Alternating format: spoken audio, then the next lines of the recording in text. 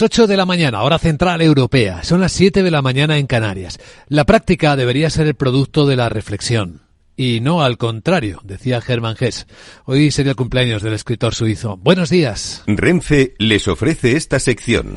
Dicen los futuros que las bolsas de Europa van a abrir dentro de una hora tranquilas, con alguna ligera corrección, y ya veremos hasta qué punto, porque de momento vemos que empiezan a negociarse los futuros del IBEX 35 aquí en España con una mini caída de 0,1 de 11 puntos en los 11.015.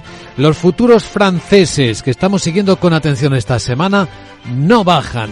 Incluso suben 3 puntitos, es muy poco, pero se sostienen después de la subida del 2% de ayer de la bolsa parisina. El CAC 40 está en los 7.578. En Estados Unidos el S&P 500 corrige mínimamente también, 0,1. Está en los 5.468. En esta escena geopolítica que hoy tiene numerosos protagonistas, como venimos viendo, y en el caso de España, datos de paro registrado y afiliaciones a la Seguridad Social del mes de junio, que como mes puerta de verano se supone bueno por las contrataciones del sector de la hostelería, que sin embargo ve con preocupación la presión del gobierno a los empresarios y a los sindicatos para aprobar en la mesa de diálogo social un recorte de la jornada laboral. Enseguida vamos a hablar de por qué y de en qué modo afecta un potencial recorte, bueno, casi seguro, recorte de la jornada laboral a 37 horas y media a la semana a distintos sectores. Muy afectada a las pymes, pero en particular a la hostelería. El secretario general de Hostelería de España, Emilio Gallego, estará en primera persona contándonoslo enseguida en Capital Radio. Y tras él, entraremos en la gran tertulia de la economía. Hoy invitados muy especiales como Juan Verde, estratega internacional para el sector privado y público y miembro del Consejo Asesor Presidencial del presidente Biden. Seguro que lo que nos cuenten nos interesa mucho. Estarán con él el presidente de UPTA, Eduardo Abad, y el expresidente del Instituto de la Ingeniería, Manuel Moreu. Renfe les ha ofrecido esta sección. Mario, que eso de que no te da tiempo a pillar el tren. No te preocupes, que lo he mirado y hay un tren cada hora. Así que nada, salsero, duchita fría, cafetito para la resaca y ya te estás viniendo que está tu ahijao y toda su clase esperándote. Niños, saludad al Tito. ¡Tito! En Renfe tenemos la mayor frecuencia de trenes de este país. Nadie te da más. No todos los trenes son como Renfe. Renfe, tu tren.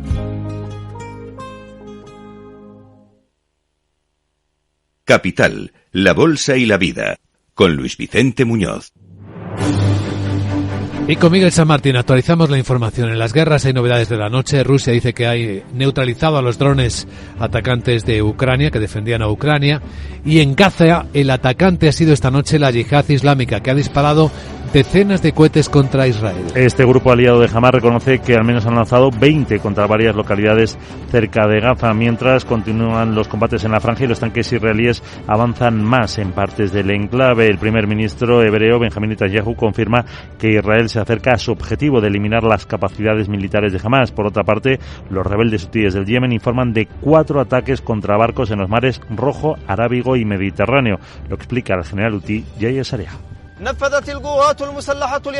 Las Fuerzas Armadas yemeníes han llevado a cabo 4 operaciones militares específicas dirigidas contra 4 buques pertenecientes a los americanos, a los británicos y a los israelíes. Además de un carguero de la compañía MSC, también han disparado a un petrolero estadounidense, el del Onyx. No han sido confirmados estos ataques. Actualidad política en Europa, otro apoyo para la derecha radical en Países Bajos, donde el partido de Geert Wilders ha logrado formar gobierno y va a tomar posesión. O lo hace además en coalición con otros 3 partidos de derechas, que tendrá como primer ministro a Dick Schoof, un funcionario experto en seguridad y asilo, al frente de un equipo de 15 ministros con experiencia política. Y es que, a pesar de que la promesa de que la mitad serían tecnócratas, finalmente todos proceden de la política. 5 de la derecha radical, 4 de los liberales, 4 democristianos y 2 del Partido de los Campesinos. El nuevo gobierno, que no va a incluir a Wilders ni a ninguno de los líderes de los otros partidos, dedicará los próximos 2 meses a detallar su programa, lo que pone fin a 14 años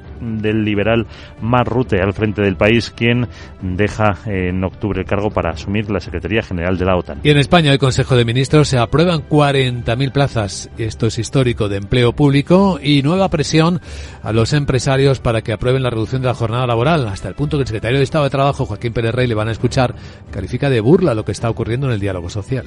Ha afirmado que la postura patronal ha dejado mucho que desear.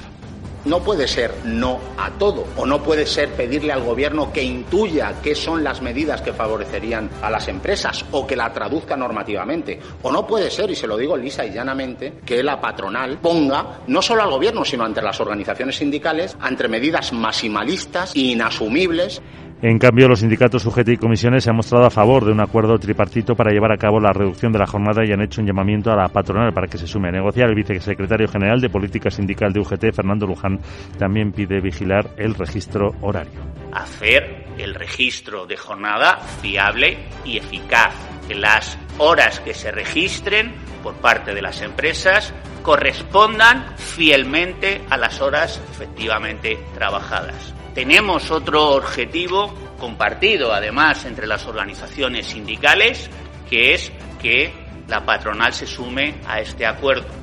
Además, el Ministerio de Seguridad Social y los agentes sociales se han dado de plazo este mes de julio para tratar de cerrar acuerdos en materia de pensiones con las cuestiones para compatibilizar el empleo y la pensión como principal escollo.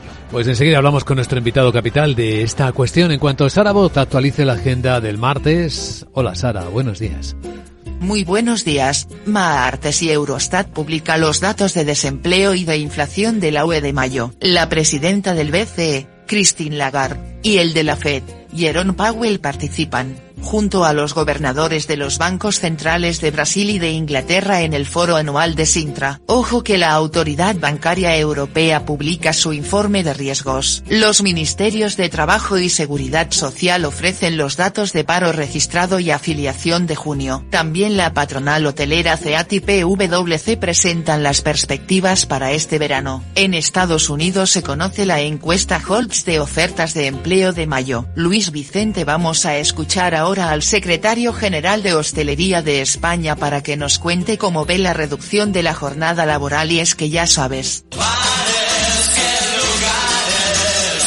Iba a decirte que le propusieras contratar a la Sarita, pero las 37 horas y media me parecen demasiadas, jeje. Además, imagina la sorpresa si me ven detrás de una barra. Eso sí, éxito seguro. Y ahora que lo pienso, a lo mejor me forro. ¿No crees? Bueno, ahora me dices. Sí. Chao. No hace falta que te diga, si tú te lo dices todo, querida Sara. Enseguida, ya en serio, vamos a hablar de la reducción de jornada laboral, cómo afecta a unas empresas y a otras, en particular a la hostelería, nuestro foco.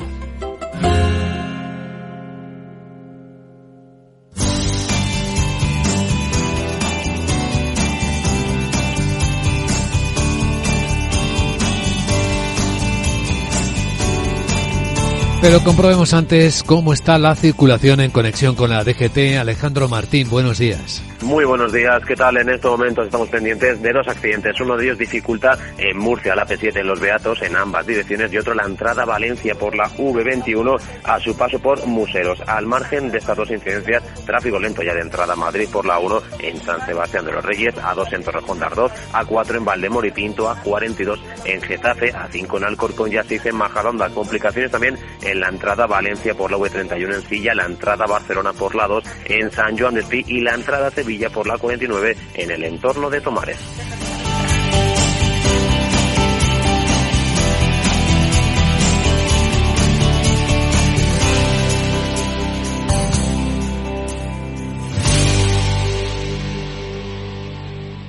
Adelantarse en la vuelta al cole tiene premio en El Corte Inglés. Hasta el 30 de septiembre comienza el curso con sobresaliente. Financia tus compras escolares en 3 cuotas sin intereses, con la línea de crédito de vuelta al cole, solo para clientes con tarjeta El Corte Inglés. Financiación ofrecida por Financiera El Corte Inglés y sujeta a su aprobación. Consulta condiciones en elcorteinglés.es, en tienda web y app. ¿Qué es ir más allá? Con Arval podrás llegar donde te propongas de la forma más sostenible y desplazarte como y cuando necesites con una oferta de renting sostenible, segura y conectada. Y preocuparte solo de conducir porque nosotros nos ocupamos del resto. Arval, la transición energética arranca aquí. Más información en arval.es. ¿Te interesa la bolsa? Invierte en acciones y fondos cotizados sin comisiones hasta 100.000 euros al mes. ¿Has oído bien? Sin comisiones. Más de 550.000 clientes ya confían en XTB. Abre tu cuenta totalmente online. Un broker, muchas posibilidades. xtb.com. A partir de 100.000 euros al mes, comisión del 0,2%, mínimo 10 euros. Invertir implica riesgos.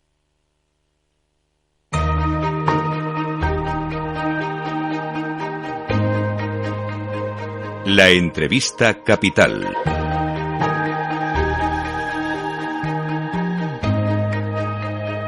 Luis Vicente Muñoz. En nuestro foco, la reducción de la jornada laboral en España a 37 horas y media semanales. Algo que el gobierno va a llevar adelante, ha dicho, aunque sea solo con el respaldo de los sindicatos, sin que, aunque no se consiga un acuerdo en la mesa de diálogo social. Los informes que se van publicando señalan a las pymes como las principales perjudicadas de esta decisión por decreto. De hecho, un informe publicado por Cepime en las últimas horas calcula que este impacto de reducción de jornada laboral va a ser muy agresivo, muy negativo en muchas pymes debido a su menor productividad, a su baja rentabilidad y a sus inferiores recursos organizativos. En concreto, calcula en términos de números un impacto mínimo directo de unos 11.800 millones de euros. Lo que dice el informe de Cepime es que hay sectores que todavía están lejos de este tipo de jornadas más reducidas. De hecho, el 8% de los trabajadores están todavía en 39 horas y media semanales. Se supone que entre las pymes y entre los sectores más afectados puede estar un sector clave en la economía española, que es el sector de la hostelería. Nos acompaña en Capital Radio don Emilio Gallego, el secretario general de Hostelería de España. Señor Gallego, muy buenos días y bienvenido. Hola, buenos días. Encantado de estar con vosotros. ¿Se puede calcular qué impacto tendría en la hostelería, en el trabajo, la reducción de la jornada laboral en España? Pues hay dos maneras de calcularlo, cuantitativa y cualitativamente. Cuantitativa es más complicado, aunque desde luego el impacto en euros será muy importante. Cualitativamente es un impacto muy, muy grave e importante. ¿Por qué? Porque el sector de la hostelería está compuesto sobre todo por un tejido de pequeña empresa. El 94% de los establecimientos tienen menos de 10 trabajadores. Cuando las empresas son muy pequeñas, los ajustes de este tipo, encajar una reducción de horarios y poder seguir manteniendo el mismo horario de apertura, es muy complicado. En empresas más grandes tienen una facilidad que es poder ajustar con unas masas laborales, con un volumen de trabajadores mucho más importante. Esto lo hace relativamente más fácil. Por lo tanto, hay un primer impacto que es un daño organizativo, una resta en la capacidad de poder producir a las empresas y, por lo tanto, esta pérdida de productividad nos preocupa mucho. Es un impacto económico y un impacto organizativo muy fuerte el que podría tener una medida de estas características, y así se lo hemos hecho saber al Gobierno, lo hemos manifestado a través de los órganos en los que formamos parte, como es organizaciones como COE o Cepime, y hay una gran preocupación en el sector. Es fácil de entender a efectos organizativos y luego también económicos, ¿no? Porque si hay un menor horario de servicio y se mantienen los salarios, que es la exigencia del Gobierno, en realidad están disparándose los costes de las empresas, ¿no? Mire, ese mantra de que se van a mantener los salarios solo va a ser temporal, porque al final estamos hablando de horas y de formas de trabajo, actividades en las que si no se está produciendo no va a haber un resultado y no va a haber un valor añadido que permita retribuir en mayor medida a esos trabajadores. Momentáneamente el salario se mantendrá, luego el efecto del mercado acabará ajustando y si no se produce no se puede pagar. Hay además dos tipos de actividades muy diferenciadas en la manera en que van a ser afectadas por la reducción de jornada laboral. Aquellos trabajos que permitan teletrabajo, que permitan incluso la capacidad de producción fuera del establecimiento o fuera del horario de apertura en la empresa, pueden amortiguar de una manera más fácil esta reducción de jornada. Aquellos trabajos que obligatoriamente están sujetos a un horario de apertura, un horario de atención al cliente, un horario de producción, hora que se cierra es hora menos que se produce. Y si no se produce facturación y resultado en esa hora que se ha cerrado, al final en los salarios se acabará ajustando. Hay experiencias de otros países donde la reducción de la jornada laboral en términos muy importantes, fue el caso de Francia, que lo llegó a reducir a 35 horas. Hoy ha echado marcha atrás de esa medida. Lo que produjo es que en las capas laborales menos retribuidas, al final se les acaba reduciendo su capacidad de retribución y acaban viéndose obligados a tener más de un trabajo. ¿Es este el modelo que queremos? Nosotros estamos en desacuerdo total con sobre todo la imposición con la que el gobierno está tratando un ámbito que es de diálogo social, un ámbito, el horario, el salario, que son materias de la negociación colectiva, que tienen que tener en cuenta las características de cada empresa, de cada sector. Aunque la situación económica sea una, puede haber sectores que en una situación económica de bonanza estén mal y empresas que a pesar de que haya bonanza se encuentren en mala situación. La negociación colectiva justamente lo que hace es esto, adaptar la realidad de las medidas en las relaciones laborales a la realidad de ese sector y de esa empresa. Imponiéndose desde el gobierno de manera homogénea a toda la economía, lo que se está haciendo es, sinceramente, no tener sensibilidad con un instrumento que lleva funcionando más de 40 años, que ha dado estabilidad y riqueza a nuestro país y a nuestra sociedad y a nuestro mercado laboral, que es la negociación colectiva. Se están entrometiendo de mala manera.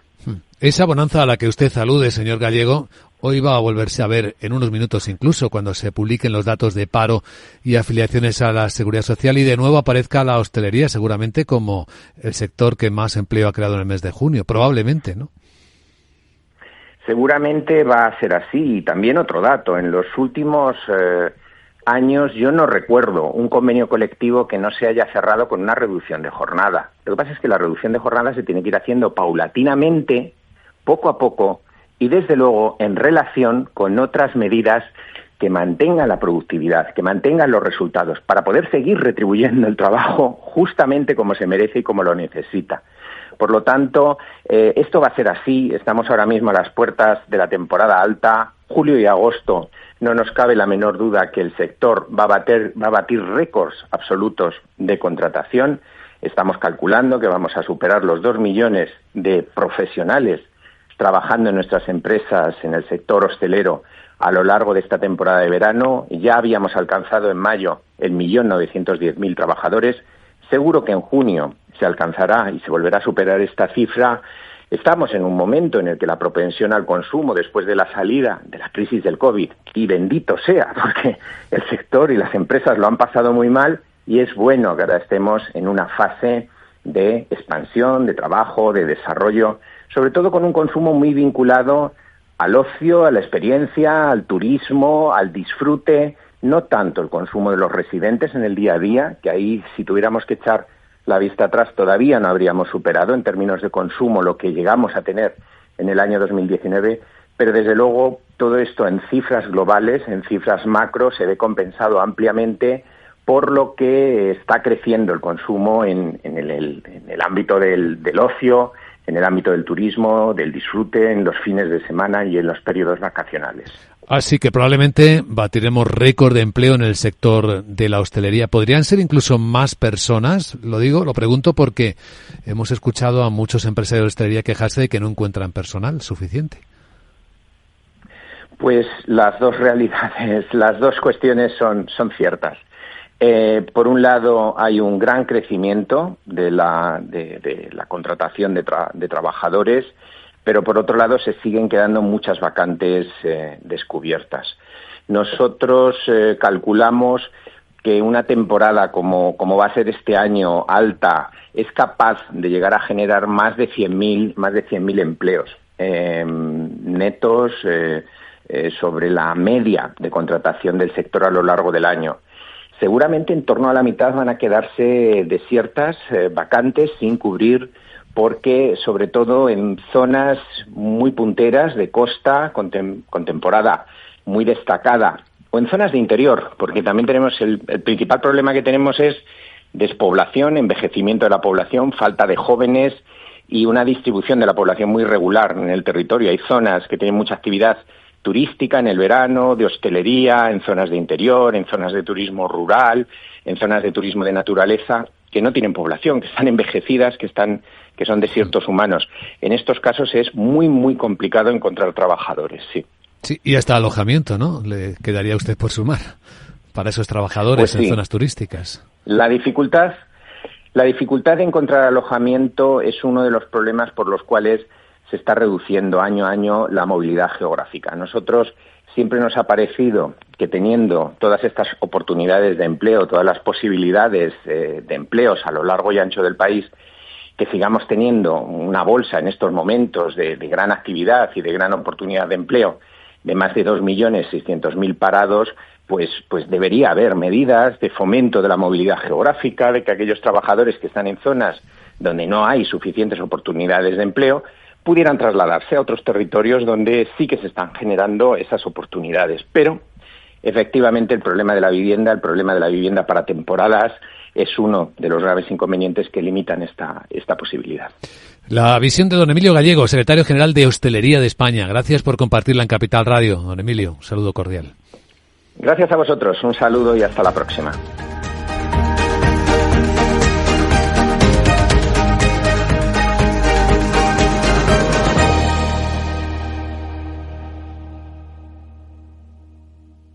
Lauri, decidido, la despedida la hacemos en Gandía. Prepara el bikini. Lauri, que en Gandía vive el ex de Jessie, que nos vamos a Málaga. Lauri, que no, que dan mal tiempo. A Bilbao, pinchos y party. Lauri, una cosita, que al final es despedida conjunta. Te hago administradora del grupo que no puedo más. En Renfe tenemos más de 1.500 destinos para que siempre puedas llegar a donde quieras llegar. Nadie te da más. No todos los trenes son como Renfe. Renfe, tu tren.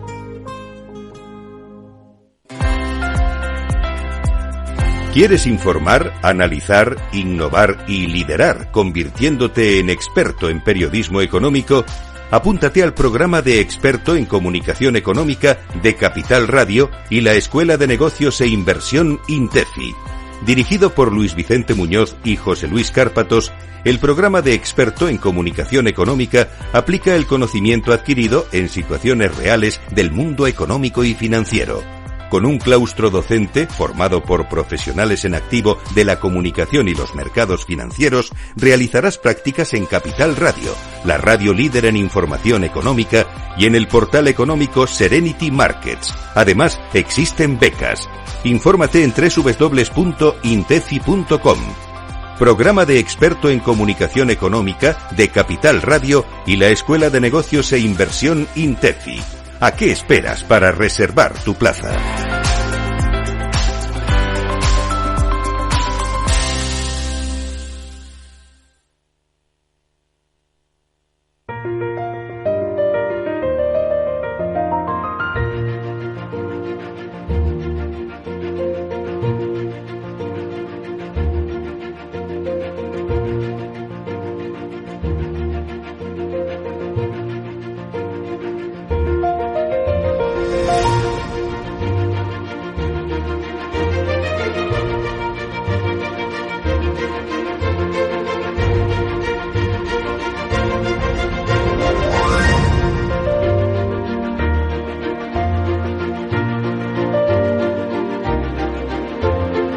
En Capital Radio comienza la gran tertulia de la economía con Luis Vicente Muñoz. Y hoy en la gran tertulia de la economía vamos a interpretar las cosas que están sucediendo en el mundo, en Europa, en España, en lo más cerca y lo más lejos al mismo tiempo. Ya saben que sabemos que todo está conectado. Imagino que hay mucha expectación por escuchar lo que diga hoy en Capital Radio Juan Verde. Juan es estratega internacional para el sector privado y público y es miembro del Consejo Asesor Presidencial del presidente Biden, donde imaginamos que hay un intenso trabajo dadas las circunstancias después del primer debate del año entre el expresidente Trump y el actual presidente de los Estados Unidos, señor Biden. Juan, ¿cómo estás? Muy buenos días. Muy buenos días. Es que hasta el New York Times editorializando, diciendo que el mejor servicio que podía prestar al país el presidente Biden sería dejar su candidatura a un lado después de lo visto en el debate. Está muy duro los medios americanos con él. Totalmente, se ha creado, te diría que un verdadero tsunami en Washington después de la muy mala actuación del presidente. Pero bueno, así todo, cambiar de caballo en estos momentos es complicado. Ahora hablamos de esto, es un asunto importante, crucial, geoestratégico de primera magnitud. Tenemos más asuntos de los que hablar. Nos acompañan también en la gran tertulia de la economía Eduardo Abad, es presidente de UPTA, de esta agrupación, sindicato de trabajadores autónomos, y él también es empresario de hostelería, lo digo para poner en contexto a nuestros oyentes.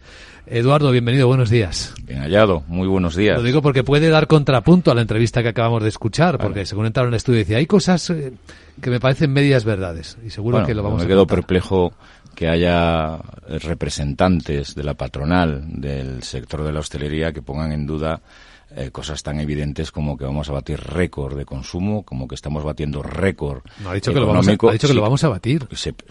Otro nuevo. Sí, otro nuevo. Pues se contradice con la situación que están planteando a la patronal, ¿no? Y que vais a contratar récord de trabajadores, los hosteleros. Sí, pero que digo que se contradice con lo que dice la patronal. Es decir, no a las 7 horas y media y sí al 40-40. Llevamos 40 años trabajando 40 horas.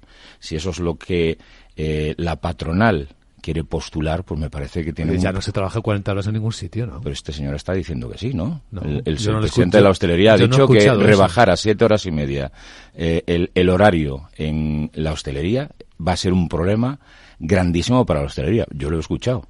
Manuel Moreu, acaba de decir, desde luego. Manuel Moreu es expresidente del Instituto de la Ingeniería de España. ¿Cómo estás, Manuel? Buenos días. Buenos días. Trabajar, ¿cuánto se trabaja? Es decir, ¿qué absentismo tenemos? ¿Qué ausentismo tenemos? Habla del trabajo real. Claro, es decir, yo para mí estar con el debate de las horas semanales, digo, hablemos de verdad qué se está trabajando y resolvamos el problema, el cáncer que tenemos, que nos lleva a reducir las horas reales cada año, y dejémonos de hablar de una cifra que es quimérica.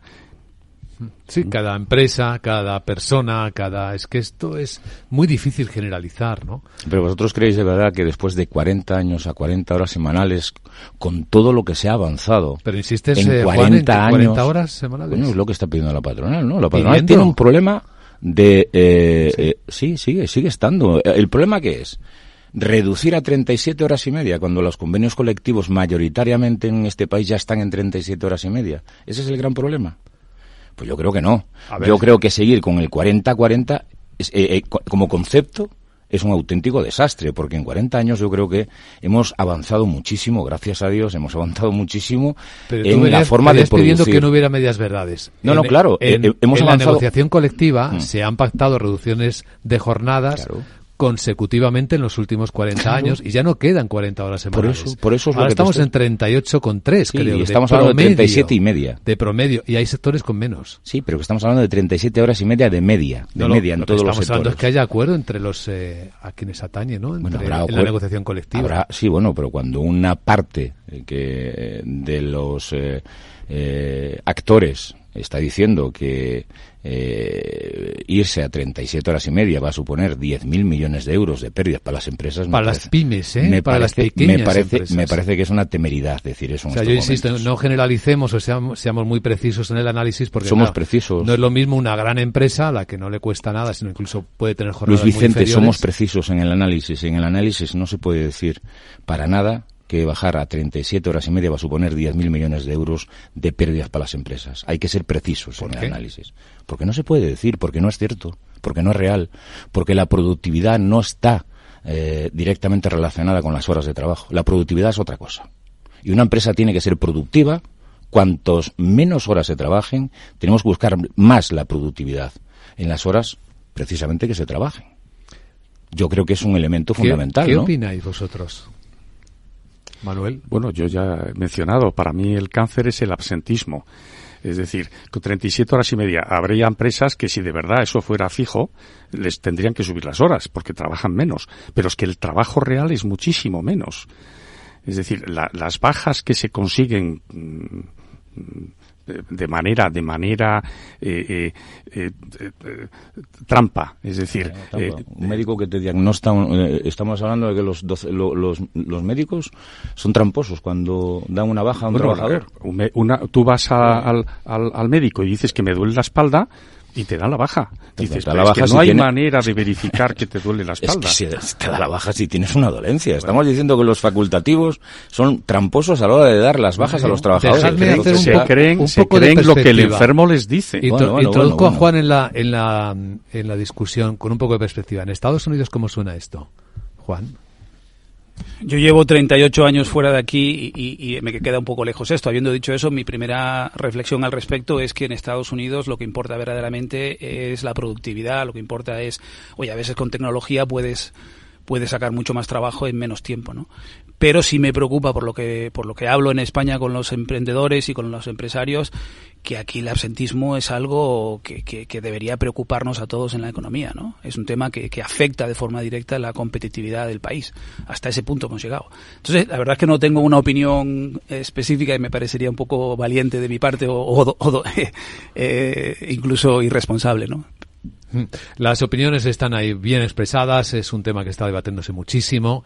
Los sindicatos también han mostrado su opinión. Los sindicatos, comisiones UGT, piden que se alcance el acuerdo en la mesa de diálogo social, que no se imponga, y recuerdan que se han venido alcanzando otros acuerdos y que están muy satisfechos con haberlos alcanzado a lo largo del tiempo. Lo que pasa es que ahora de repente nos hemos puesto muy nerviosos con esa cuestión, con el planteamiento del gobierno, que por cierto hoy va a aprobar 40.000 plazas de empleo público. Es un hito histórico, jamás se habían aprobado tantas plazas al mismo tiempo para empleo público en España.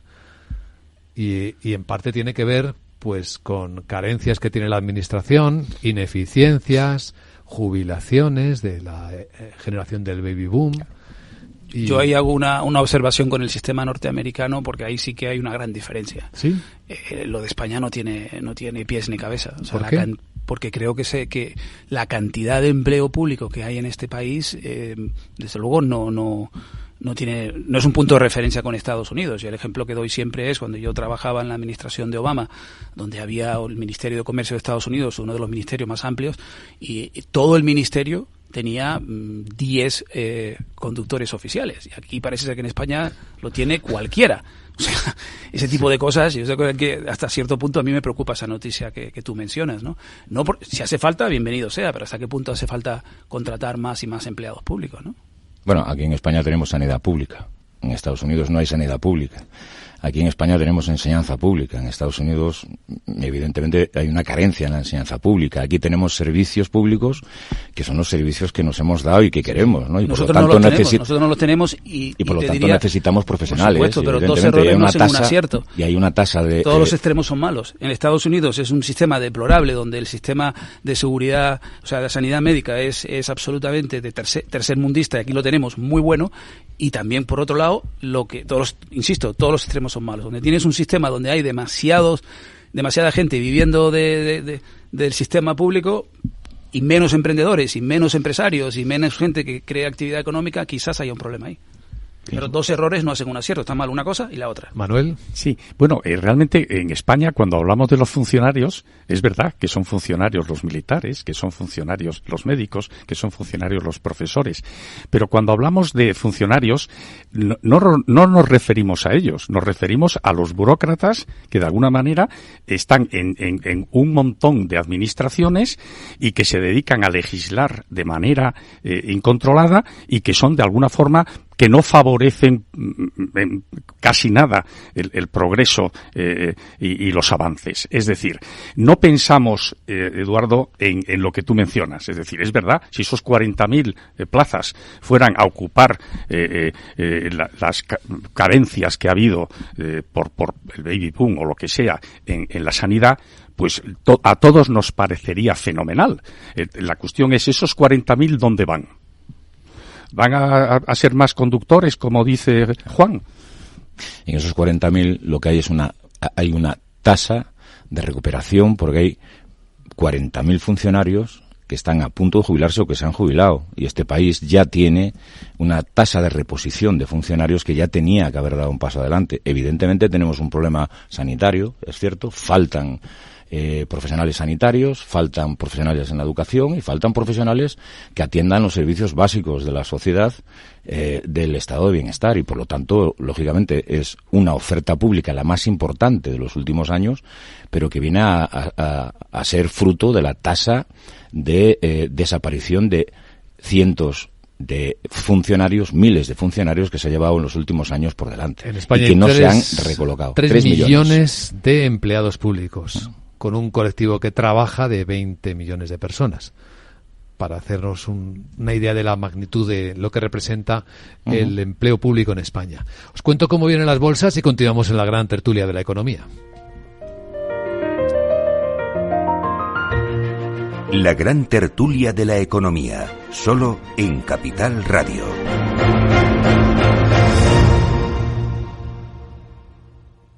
Una casita, con un jardincito y un garajito, con su saloncito y su terracita, con vistas a una piscinita. Admítelo, tú lo que quieres es un casoplón. Hipotecas Cuchabank. Admítelo. Cuchabank.es. Para ser conductor de primera, aprovecha, aprovecha. Para que algo nuevo te mueva, aprovecha, aprovecha. Hemos creado nuestro mejor combustible aprovechando residuos orgánicos. Combustibles 100% renovables de Repsol, con la máxima calidad para cuidar de tu motor. Ya disponibles en 300 estaciones de servicio en la península ibérica y a final de año en 600. Descubre más en combustiblesrenovables.repsol.com.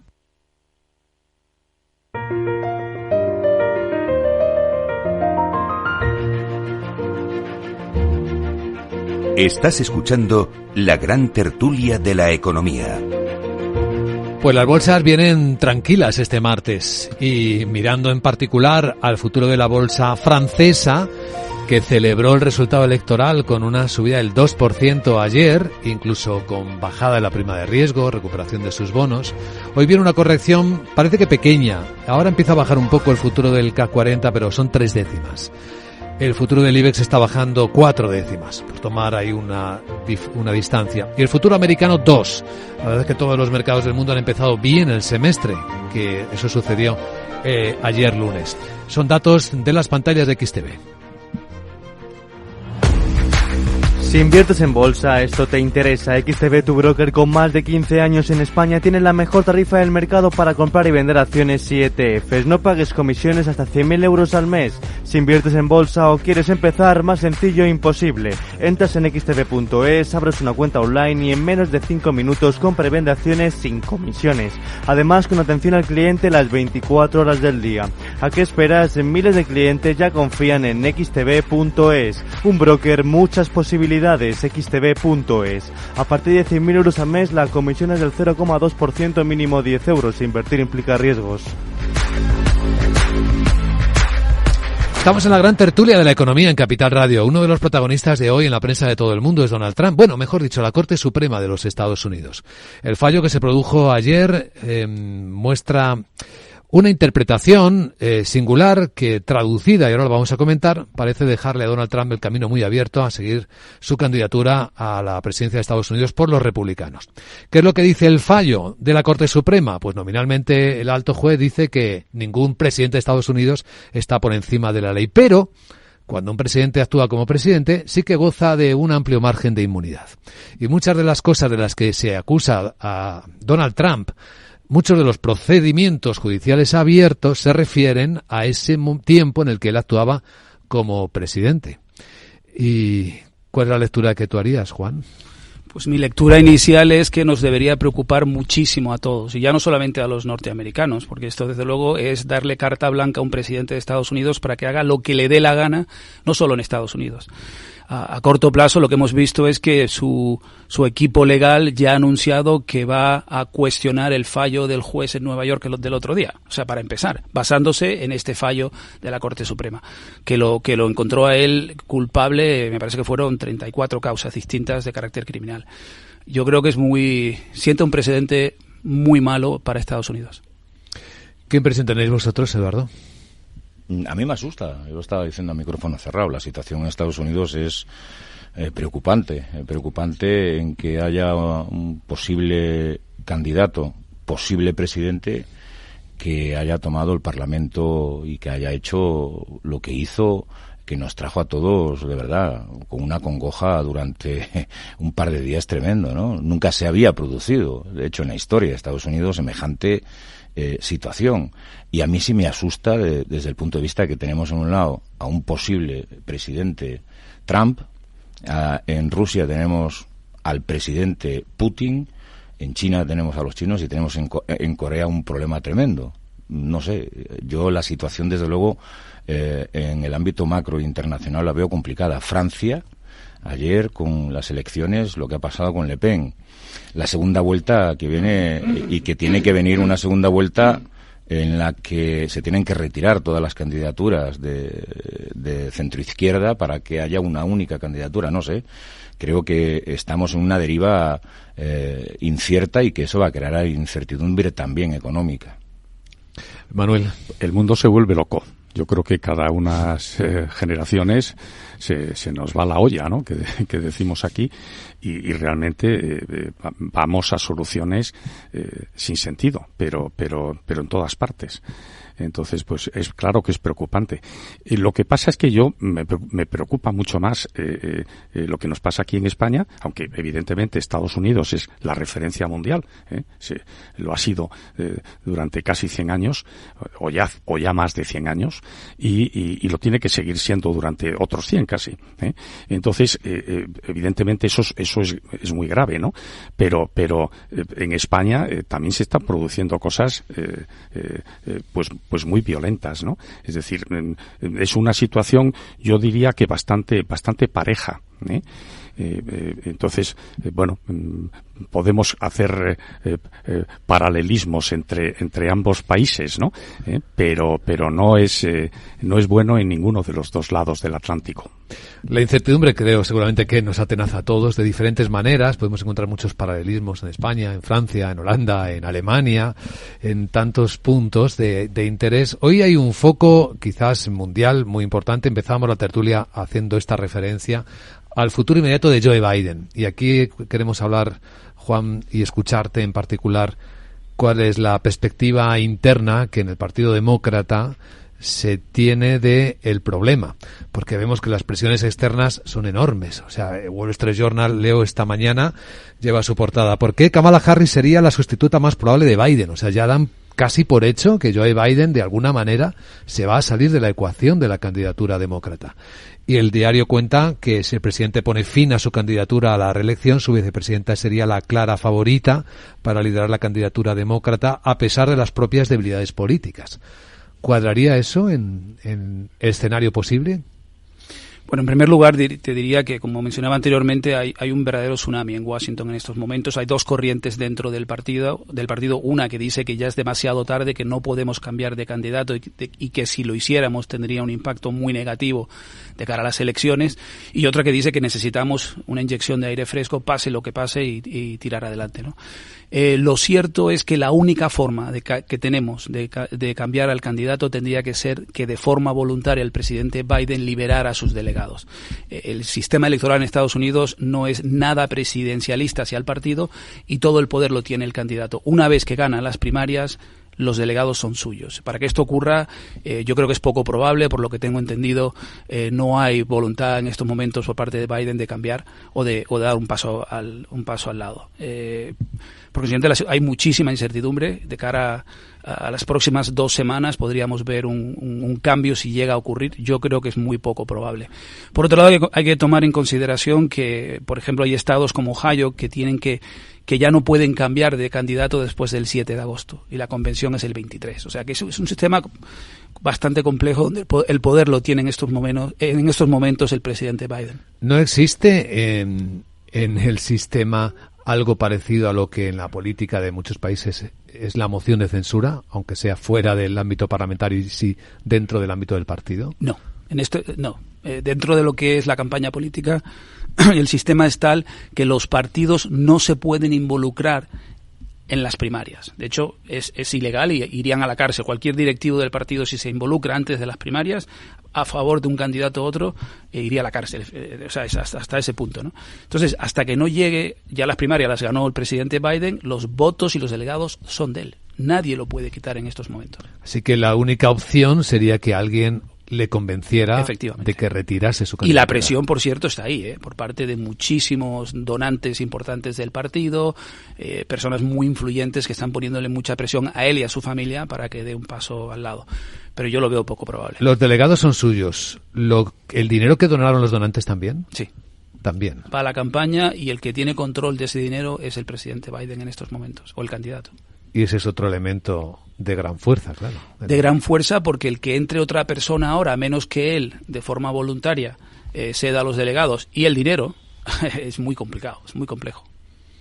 Pocas veces en la historia se ha visto un partido en Estados Unidos en esta tesitura, ¿no? No hay precedente alguno, ninguno. O sea, no hemos visto algo semejante.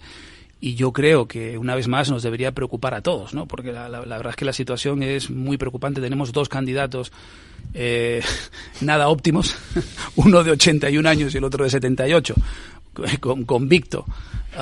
El juicio, el fallo, bueno, la sentencia sale ahora, la semana que viene, y contra un presidente que yo creo que, a ver, en mi opinión, y yo lo conozco personalmente, interactúo con él en numerosas ocasiones, no está gaga como la gente cree, ni mucho menos. Una persona tiene 81 años y eso se nota, pero desde luego yo creo que si me dan a elegir, prefiero siempre apostar por alguien como Biden que como el señor Trump, ¿no? Hay una cuestión ahí muy de fondo, y es que en Estados Unidos, y esto es cultural, se ha premiado, se ha reconocido siempre, se ha prestigiado la seniority, ¿no? La experiencia. Esto está empezando a poner en entredicho esa parte cultural americana. ¿Se está empezando a pedir una renovación de la autoridad? Por supuesto que sí, yo creo que... Pero por otro lado hay otro factor interesante que de hecho se publica hoy, ¿no? Y es que cada vez son más los votantes de avanzada edad en Estados Unidos y en Europa. Sí. Y eso está teniendo también un impacto directo, ¿no? Habiendo dicho eso, yo creo que la inmensa mayoría de los norteamericanos en este momento estarían de acuerdo en tener dos candidatos totalmente distintos, más jóvenes, que pudieran inyectar ilusión, entusiasmo, y yo no sé, que la situación fuese un poquito más optimista en ese sentido, ¿no? Sí, pero que la gente mayor vote a gente mayor, eso es algo por escrutar, ¿no? Quizás, totalmente. ¿no? Pensemos en las elecciones francesas. El candidato de la derecha radical es una persona muy joven y probablemente haya obtenido votos de personas de mucha edad. Sí, y cuando hemos tenido una verdadera revolución social es cuando hemos tenido candidatos jóvenes, como Kennedy o como Obama, esos candidatos que una vez más representan a una nueva generación que pide paso, y no es el caso en estos momentos. Estáis muy callados en los últimos minutos, Manuel y Eduardo. Bueno, yo cuando hablamos de la edad del candidato, evidentemente es un crío, pero yo creo que Napoleón a esa edad ya era general. Bueno, y Alejandro Magno, imagínate. Pero Alejandro Magno no era general, era más. Era casi emperador, pero bueno, la historia tiene otros tiempos, ¿no? Bueno, digamos también que, por lo que leí últimamente, es que los jóvenes, hay una desafectación tremenda entre los jóvenes y una muy baja movilización en el electorado en general, hacia un lado y hacia el otro, de las personas de menos de 30 años, que son las que de verdad podrían cambiar el signo de la elección del nuevo presidente de Estados Unidos. De hecho, en el debate, que fue bastante aburrido, por cierto, algunos que sufrimos de insomnio, pues vimos a través de la televisión algo que se tenía que decir y que todos estaban, los asesores, hablando, que era a ver qué vamos a hablar sobre la política de las personas más jóvenes, de cómo van a cambiarse los métodos educativos en Estados Unidos. Pues no hablaron ninguno de los dos, ¿no? Y el resultado es que la encuesta luego fue precisamente esa, ¿no? Que en las personas de menos de 30 años hay una desafección total a la política americana y que va a ser un absoluto desastre el voto de menos de 30. Y son esos jóvenes precisamente los que componen una gran parte de la base del partido. Eso por un lado. Y por otro, no se está hablando en España de Bobby Kennedy, que es un factor interesante. Hay un tercer candidato en estos momentos en las elecciones norteamericanas, que es el sobrino de John Kennedy, el hijo de Bobby Kennedy, que ya parece ser que en algunas encuestas tiene incluso 7, 8 puntos. ¿Qué deberíamos saber de Bobby Kennedy, Juan? Pues Bobby Kennedy yo creo que es un candidato interesante que está movilizando a la gente joven. A la gente joven. De los pocos que han logrado hacerlo en los últimos años, ¿no? Y es un abogado abogado ambientalista que ganó muchos casos contra las grandes empresas contaminantes en Nueva York y que ha tenido una carrera profesional brillante y que viene de los Kennedy. Yo creo que es algo que lo define mucho, ¿no? Y que parece ser que sorprendentemente no le está robando solamente votos a los demócratas, sino también a ese segmento de la población que está cansada de más de lo mismo. Sí, de hecho es un activista medioambiental y además es un gurú del medio ambiente en Estados Unidos. Es uno de los grandes apuestas, ¿no?, de la juventud y por donde va a tirar el electorado más joven en Estados Unidos. Sí es cierto que yo también lo he leído que tiene una proyección tremenda y que le precede además el apellido. La gran tertulia de la economía, un lujo con nuestros invitados hoy analizando lo que tenemos delante de nosotros, cómo cambia el mundo y cuáles son nuestros desafíos, con Juan Verde, con Eduardo Abad, con Manuel Moreu. Gracias por acompañarnos, que vaya el día lo mejor posible. ¡Feliz día! Feliz día.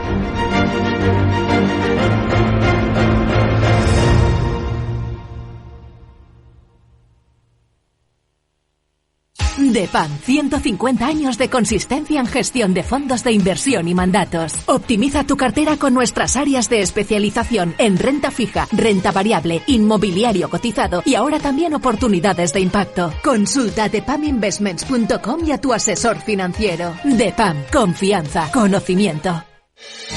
Invierte en Private Equity sin apellidarte Rockefeller. Ahora, por fin, con Crescenta puedes invertir en los fondos de Private Equity más premium a nivel global, desde 10.000 euros y a golpe de clic. Invierte como los mejores, diversifica y eleva la rentabilidad de tu cartera en crescenta.com. Te recordamos que rentabilidades pasadas no garantizan rentabilidades futuras.